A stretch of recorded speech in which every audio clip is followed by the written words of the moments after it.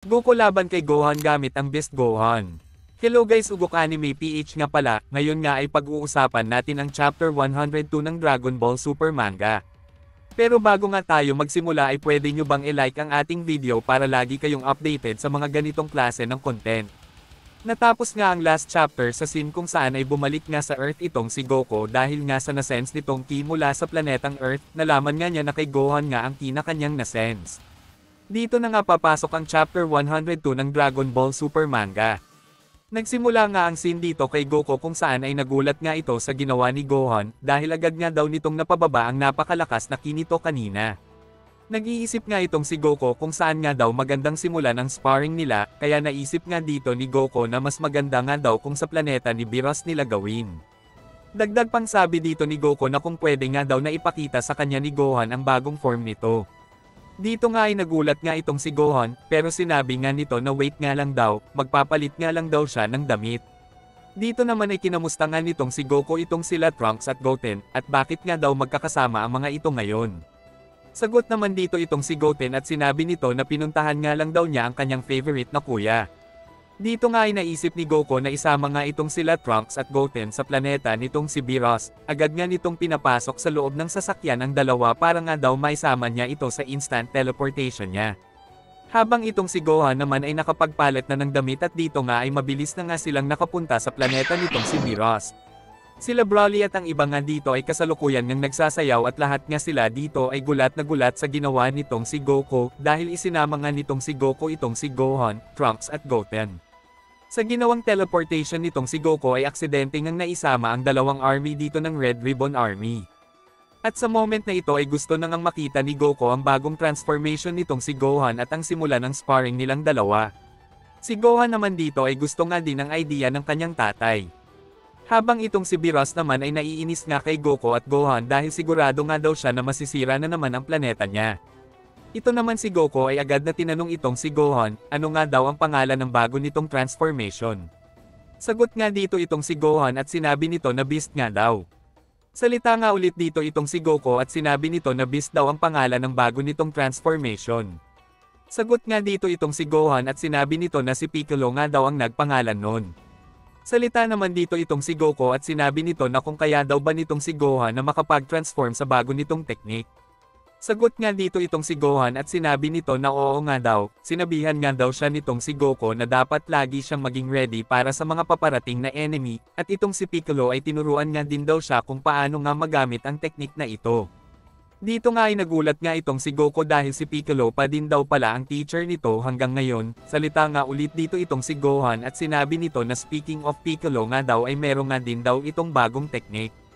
Dito naman ay salita itong si Goku at sinabi nito na lahat daw pala sila ay meron ng mga malaking progress, pero next time nga daw ay alukan niya itong si Piccolo ng isa din sparring. Sa moment na ito ay salita naman dito itong si Vegeta at tinanong nga nito itong si Trunks kung ito nga daw ba ay mapapakinabangan na din. Sagot naman dito nitong si Trunks na oo naman daw, meron nga daw silang bagong combo nitong si Goten. Dahil nga dito ay salita nga ulit itong si Vegeta at sinabi nito na kung ganun nga daw ay ito nga daw muna ang makipag-sparring dito kay Gohan para nga daw makita nila kung lumakas na nga ba talaga ang dalawa na ito. Dito nga ay agad nga itong sinanayunan nitong si Gohan at ni Trunks at Goten. Salita naman dito itong si Broly at sinabi nito na sino nga daw ang mga yan. Sagot nga itong si Whis at sinabi nito na yan nga daw tatlo na yan ay mga anak nitong si Goku at Vegeta, sa madaling salita ay mga Saiyan nga din ang mga yan. Sa mga sinabi nga nitong si Whis ay nagulat nga itong si Broly. Sa moment na ito ay magsisimula na nga ang sparring ni Gohan laban dito kay Goten at Trunks. Itong si Gohan nga ay gumamit na ng Super Saiyan, habang itong sila Trunks at Goten nga ay mabilis nang sumugod dito kay Gohan.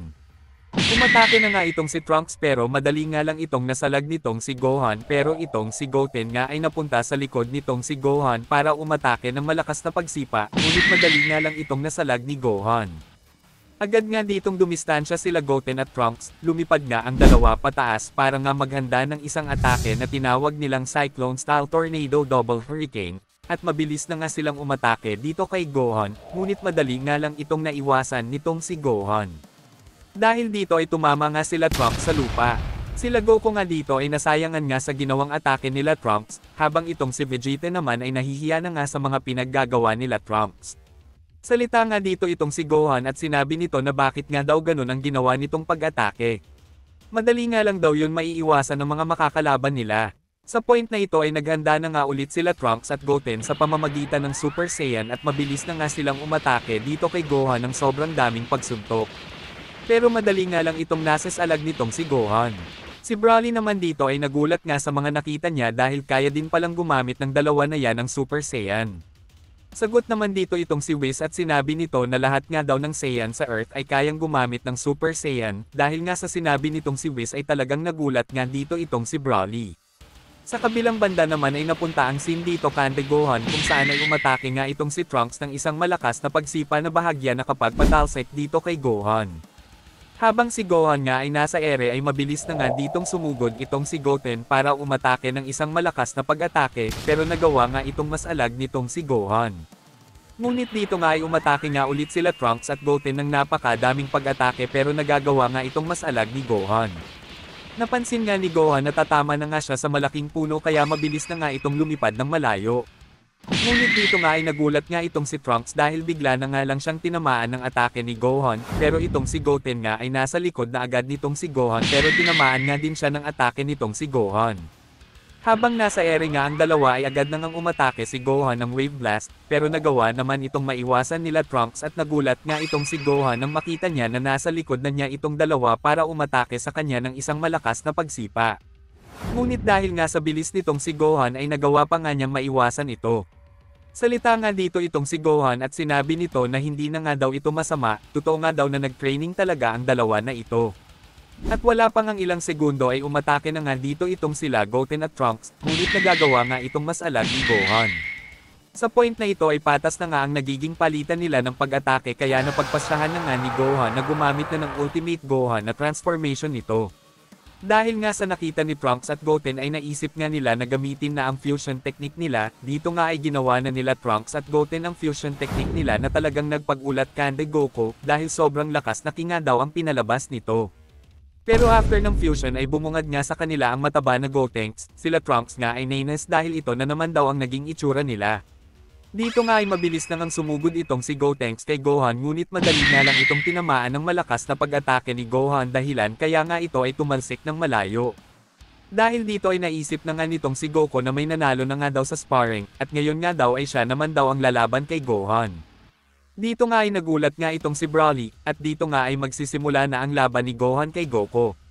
Pero ang nakakagulat nga dito ay agad nang ginamit ni Goku ang Ultra Instinct Perfect niya, at sinabi nga nito na gamitin na nga daw nila ang pinakamalakas na transformation nila. Agad nga itong naintindihan nitong si Gohan. Pero sa moment na ito ay salita nga itong si Beerus at sinabi nito na ang Ultra Instinct daw pala ang latest technique nitong si Goku, salita naman dito itong si Whis at sinabi nito na parang ganun na nga daw. At wala pang ang ilang segundo ay nagpalabas na nga itong si Gohan ng sobrang lakas na ki at nakapag-transform na nga ito sa beast na bago niyang transformation. Nang makita nga ito nitong si Vegeta ay nagulat nga ito at sinabi nito na yan na daw ba ang beast form nito. Si Goku naman ay natuwa nga dito dahil totoo nga daw na malakas talaga ito. Dito nga ay naghanda na nga itong si Goku at ganun nga din itong si Gohan.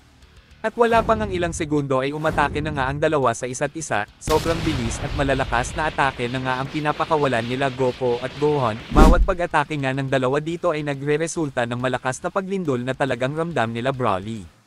Dito nga ay ipinakita itong si Goku na kasalukuyan ngang nasalag ang atake ni Gohan, at wala pang ang ilang segundo ay balik na nga ulit ang dalawa sa pagpapalitan ng sobrang lalakas na pag-atake na nagre-resulta ng sobrang lakas na impact at lindol sa planetang Beerus, kaya napagpasyahan dito ni Whis na gumamit ng barrier technique.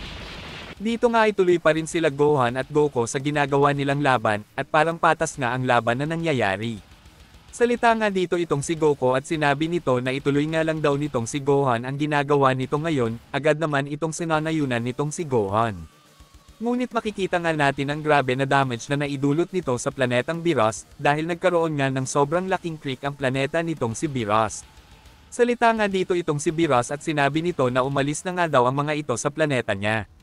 At dito na nga natapos ang chapter na ito, like and share lang guys para lagi kayong updated sa mga ganitong klase ng content.